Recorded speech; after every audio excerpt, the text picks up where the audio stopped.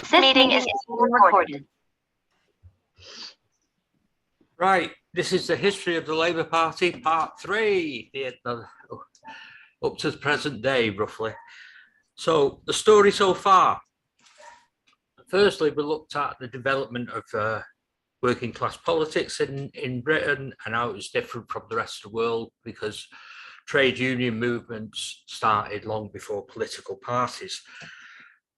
And then we looked at the Labour Party being formed in 1900, in power in the two interwar periods, and then we looked at the Second World War and the three Labour governments of 45 to 51, 64 to 70, and 74 to 79, and then, of course, in 79, Margaret Thatcher's Conservatives won. So that's where we're up to. So first, and nothing's happening.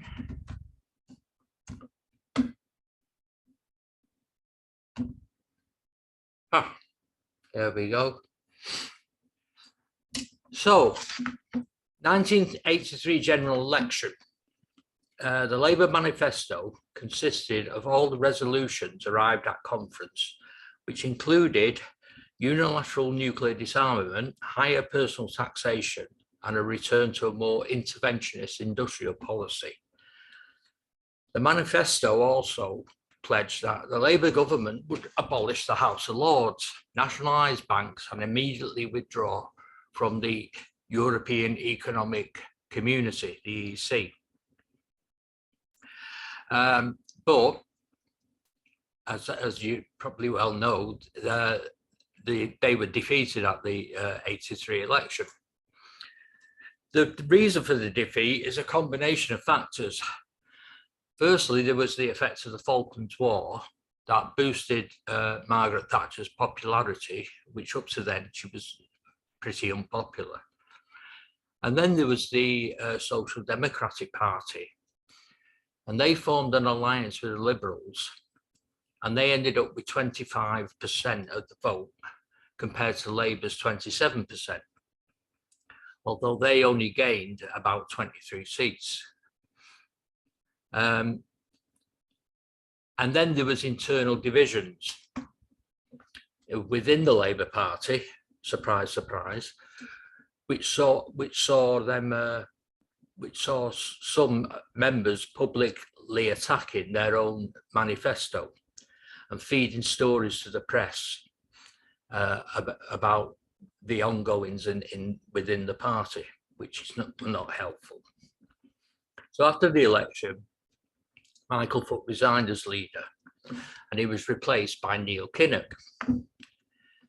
Neil Kinnock had been associated with the left before this, but now he presented himself as a pragmatic candidate who could appeal to all sides of the party. He was basically a modernizer who argued that his party had to change to be electable. And in the post-1983 context, modernization meant defeating those on the left of the party. And in 84 was a miners' strike. Now, having won a second term, the Thatcher government turned its attention to taming the unions. And of course, their main target was the National Union of Mine Workers. The miners and the Conservatives had a confrontational history going back to the beginning of the century. The NUM occupied a special place in the nightmares of Tories after bringing down the Heath government in 74. The government deliberately sought a showdown with the miners and was stockpiling coal in preparation. They threatened job cuts, and this was seen by the NUM as provocation, which triggered a national strike. Although the grassroots of the Labour Party threw themselves into the struggle to support the miners, from the parliamentary Labour Party, only the usual suspects, people like Corbyn, Benn, Skinner, McDonnell, showed support, visiting picket lines and using their public influence to back the strikers. It took 10 months for the Parliamentary Labour Party leadership to eventually come out in reluctant support of the strike. Kinnock only visited a picket line in January 1985.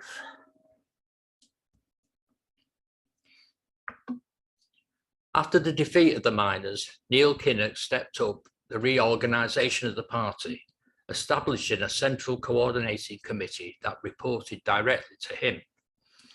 He persuaded those shocked by the last election and the defeat of the miners to accept his changes and to act as a defence against those who did not. Despite hopes of a turnaround in electoral fortune, 1987 delivered another stinging defeat for the party. The Labour leadership concluded that only further modernisation would make them popular, and it became the new slogan with which to fight an old war. Trade union rights would not be restored by the next Labour government. Unilateral nuclear disarmament, something Kinnock himself had championed, was dropped. The militant tendency became the main target for the modernisers.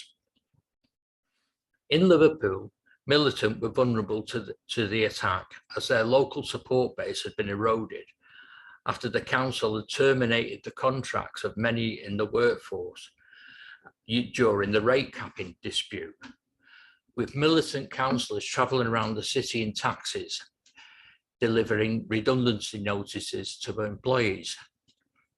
The unions and the workforce were furious and turned against them. In 1987, Labour Party Young Socialist Conference was cancelled and the age limit for membership was reduced, which cut off the militant leadership. And abandoned by many former allies, militant split with a majority leaving to form the Socialist Party. I think the reducing of the age limit was quite important. I can remember during the miners' strike, somebody coming and trying to recruit people into the Labour Party Young Socialists. And I was saying, well, I must be too old, but apparently I wasn't at that point. I thought Young Socialists would be under 21, something like that, but it wasn't.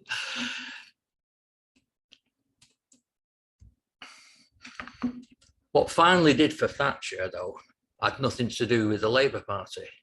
It came about by a combination of internal Tory divisions over Europe and a catastrophic poll tax policy, a supreme piece of legislative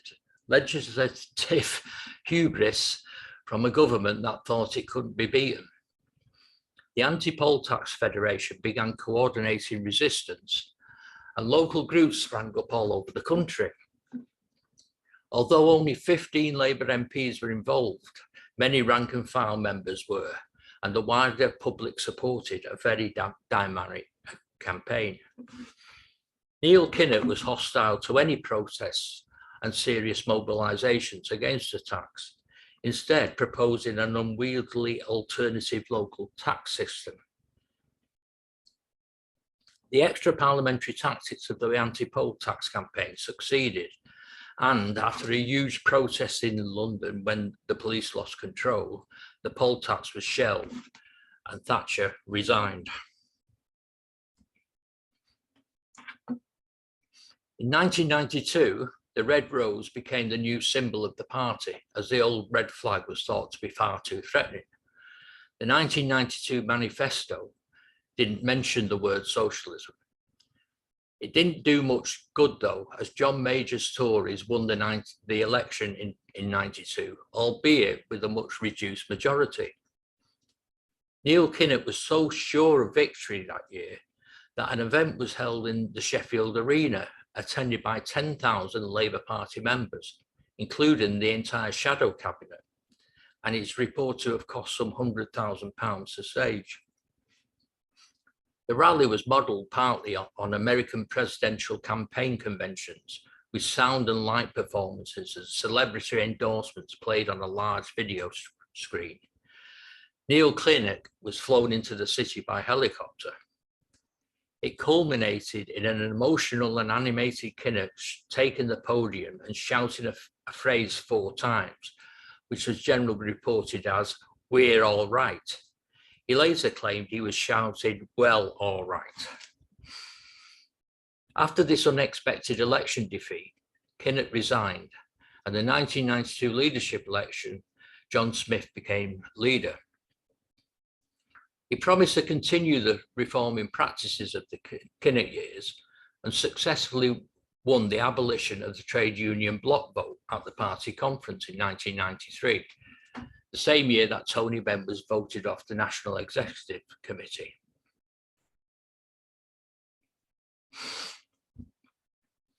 John Smith died suddenly in 1994, and there were three leadership contenders: John Prescott, Margaret Beckett, and Tony Blair.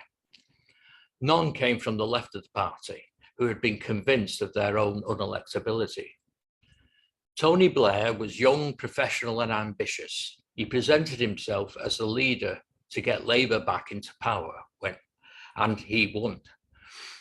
Using the managerial machine that Kinnock had built, the inner leadership formed a party within a party, autonomous and highly centralised.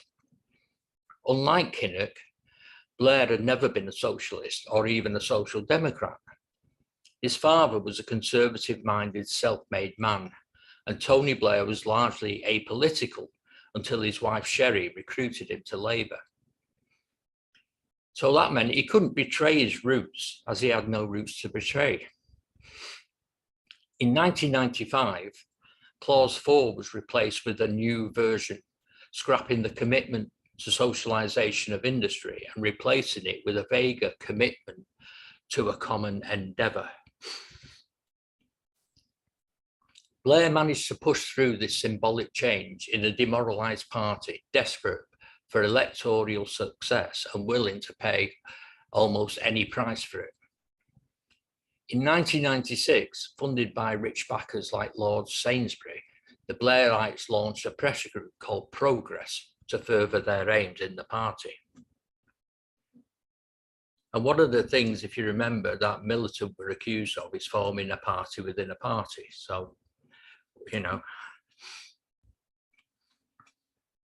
The landslide 1997 electoral victory on the back of Tory sleaze, and because millions were just looking for a change, ended 18 years of Tory rule.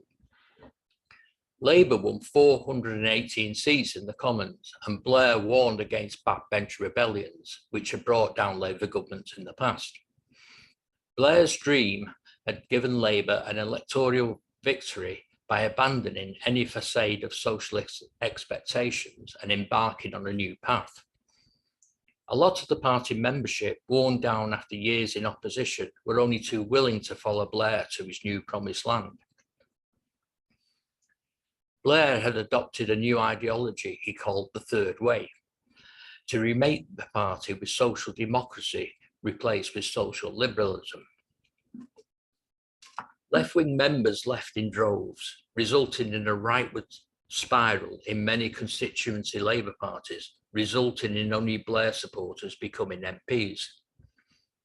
New Labour was a party built for globalisation, an aggressive advocate of neoliberalism and the benefits of incorporating profit-making enterprise into the public sector. Nationalisation and collectivism were considered dead and buried, to be replaced by public-private partnerships and private financing initiatives mediated through the market. Even policies heralded as progressive, such as funding increases for the NHS and schools, came with a proviso that the private sector had to be integrated into and profit from the deal. In 1998, the promised national minimum wage was brought in, but it was at a low enough level to reassure business interests. Attacks on asylum seekers, hounding people on welfare, pandering to the reactionary newspapers, and increasing the prison population were also part of the new Third Way. The Labour Party conferences became thoroughly stage-managed affairs, more of a corporate networking opportunity than a democratic policy-making body. The rules were changed in 1998 to stop constituency Labour parties submitting motions directly to conference. Instead, they had to go to the National Policy Forum, a tightly controlled consensus body. Motions for the restoration of trade union rights, for reinstatement of the recently sacked Liverpool dockers, for renationalisation were all ignored. The NHS struggled as private sector interests ate away at the core of the health service. The trade unions were sidelined, and they seemed to quietly accept this and fall into line, and union membership declined. The two exceptions was the RMT and the FBU, the Fire Brigade Union. The FBU disaffiliated after the 2002 firefighter strike, which was savaged by the Labour government and led to defeat. In 2004, the RMT was the first in its history to be expelled after backing socialist candidates in Scottish elections. Opposition to the new Labour hegemony did begin to grow from the rank and file of the party. Well-known leftists such as Dennis Skinner, Ken Livingstone, Diane Abbott and Jeremy Corbyn all got sizable votes at the NEC elections. To stop this, rules were changed to prevent MPs from being elected through the constituencies. In 2004, as an indication of how far things had gone, local activists and a number of unions inside and outside the Labour Party set up the Labour Representation Committee, chaired by John McDonnell, 104 years after the original. One notable setback for the regime was when Ken Livingstone defied Blair and won the election for London Mayor. Livingstone had been firm favourite to stand as a Labour candidate, but he was ousted by Blairite manoeuvring and replaced by Frank Dobson. Ignoring this, Livingstone stood anyway and was immediately expelled from the party. He won the election by over 200,000 votes, beating Dobson into third place, and was clearly supported by many London Labour Party members who campaigned for him. Labour allowed Livingstone back into the party during his first term after realising his support amongst members was substantial.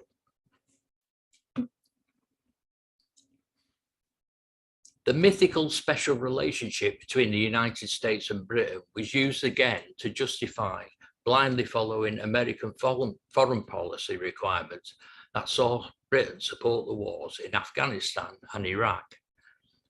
The scale of the opposition to the illegal war in Iraq in 2003 was huge, with many seeing the motives for the invasion were based on totally false claims.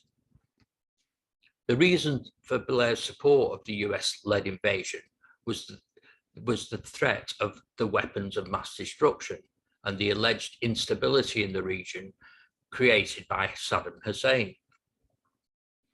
Despite the massive opposition resulting in a huge anti-war march in London, there was no change in the policy, and British troops were deployed. Of course, no weapons of mass destruction were ever discovered, of course.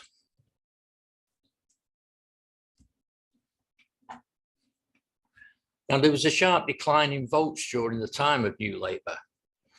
And in Scotland, the SNP became the party of social democracy. By the late 2000s, the Lib Dems were perceived to be to the left of Labour. Membership of the party fell from 405,000 in 1997 to 176,891 in 2007. This only made it easier to have everything managed from the centre. Blair stepped down in 2007 and Gordon Brown became the next leader without a ballot because his only potential challenger, John McDonnell, was unable to secure the required nominations. Faced with the possible collapse of the Western banking system, Gordon Brown resorted to nationalising the debts of the major banks while leaving their profit-making activities in the private sector. Mainstream commentators and the Conservatives supported his actions, and is bailing out the banks at enormous public expense, only then to blame the resultant levels of debt on Labour's reckless spending. Labour was defeated in the 2010 election, but the Conservatives didn't gain a majority. Both Labour and Conservatives looked to the Liberal Democrats for support. The Lib Dems abandoned any pretense of a left orientation and joined a right-wing Tory left-led coalition government. The coalition cut away at the welfare state and public spending, selling off everything they could get away with as they tore down the remains of the post-war social democracy. Gordon Brown resigned, and there was another leadership election. The contest was essentially between David and Ed Miliband, the sons of Ralph Miliband, who had always been a harsh critic of the Labour Party and of parliamentary social democracy in general. Ed Miliband was backed by the unions, and David was backed by the Blairite Progress Group and seemed likely to win. Red Ed, as he was laughingly called by the media, won, but the party machine was still controlled by the Blairites. Unwilling to build a movement among the membership and desperate to avoid the perception of being in alliance with the unions, Miliband walked a tightrope between left and right. The result was One Nation Labour, a stillborn project that failed to inspire the public imagination. Initially, Labour opposed the austerity agenda of the coalition government and expressed some sympathy with the protesting students in 2010. But in the tradition of previous Labour leaders, Miliband emphatically came out against strike action by public sector workers vying to save local services. Local authority budgets were slashed to the bone, and Labour councils across the country agreed to impose the cuts, with the history of the 1980s resistance either forgotten or actively denounced by sitting Labour councillors. In January 2012, even though prominent economists argued that austerity was primarily ideologically driven, the Labour leaders were so desperate to prove themselves serious on economic issues that they fell in line behind the arguments for austerity. A public row with Unite, the biggest financial contributor to Labour, resulted in a review being held into the unions, party funding and elections. The result was the introduction of one member, one vote for the Labour leadership. Ironically, this was one of the Gang of Four proposals before they left to form the SDP. And also, ironically, it had unforeseen results in the future.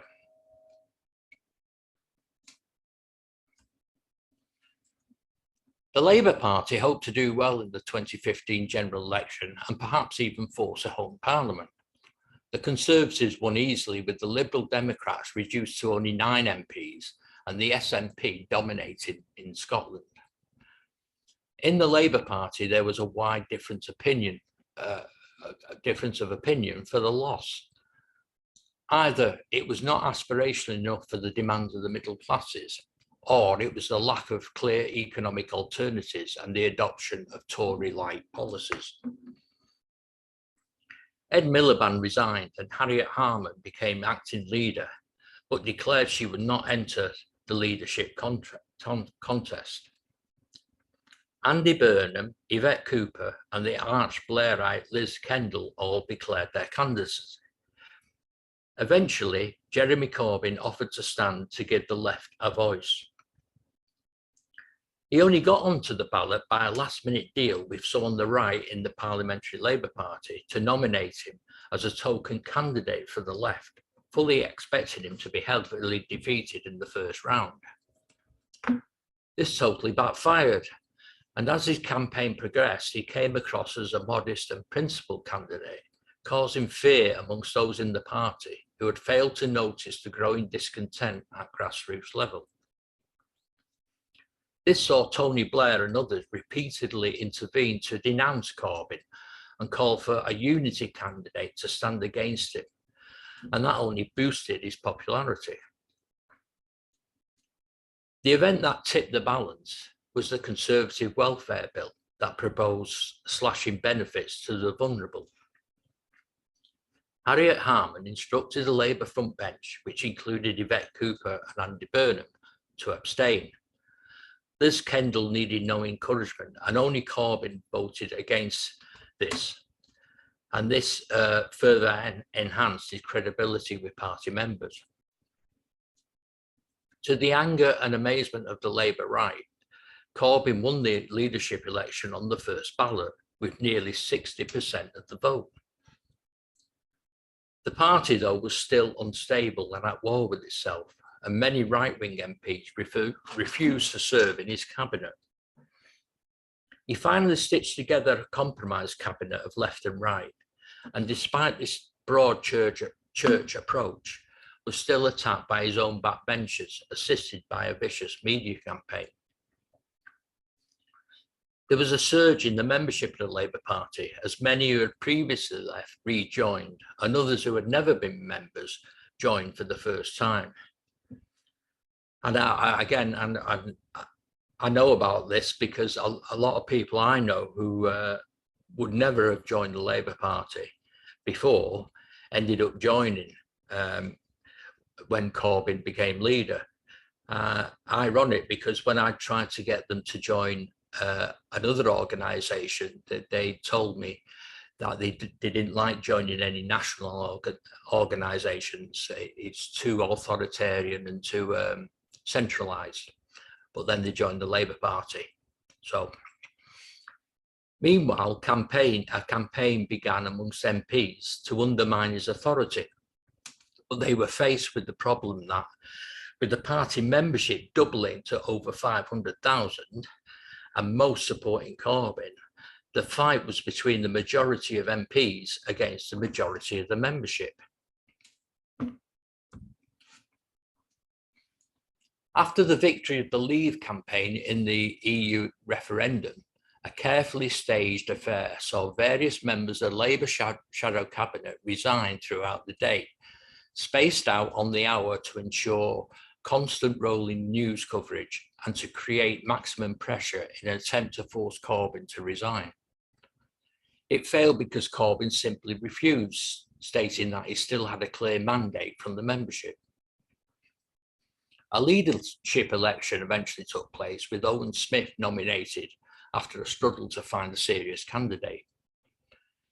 The National Executive Committee increased the fee for supporter status from £3 to £25 and changed the date for eligible voting membership, disenfranchising thousands of members who had recently joined. There was a new round of purges, with thousands of members expelled or suspended on spurious grounds. Despite these machinations, Corbyn was re-elected with a 61.8% of the vote, an increase. But within Corbyn's own support, differences were beginning to become apparent, especially around immigration and Brexit. Momentum, the group that had come together initially to support Corbyn's leadership campaign, even began a Red Scare against other factions within the party. The new Conservative Prime Minister, Theresa May, tried to cash in on these divisions by calling a snap general election. Everyone expected an easy victory for the Conservatives. Some Labour candidates distanced themselves from Corbyn and ran almost as independents. Despite this, a vigorous campaign by young activists, coupled with a disastrous one from the Conservatives, saw Labour increase its share of the vote and stop the Conservatives from gaining a parliamentary majority. The Labour manifesto had been a compromise between left and right and was reminiscent of Harold Wilson's era Labour, advocating a technocratic vision of improving technology to develop the economy. It accepted there would be no free movement after Brexit, even stating that immigrants would not be able to access public funds while living in Britain. Previous talk of massive expansion of workers' cooperatives was abandoned, and it committed Labour to keeping the Trident nuclear deterrent. Sorry, I've lost something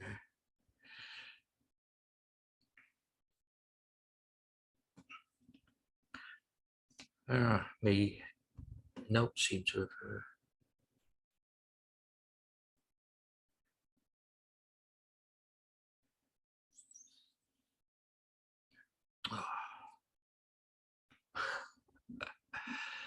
It's embarrassing. Don't worry, Steve. Just take your time.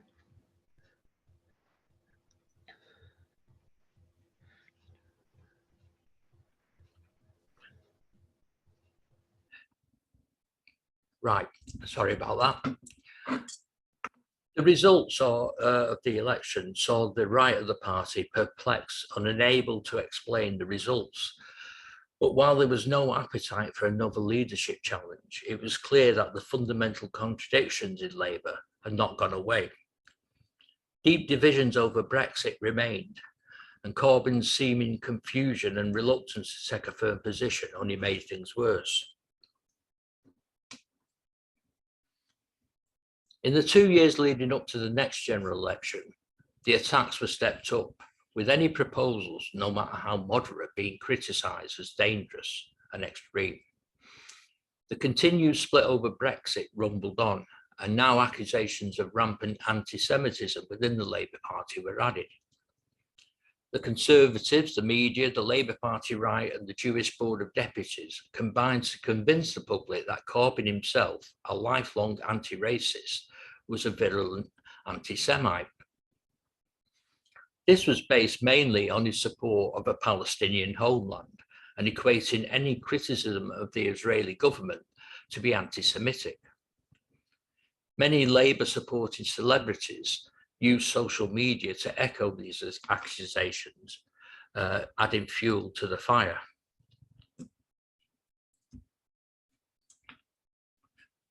Now, of course, closer events are to the present day, the harder it is to get a proper perspective on them.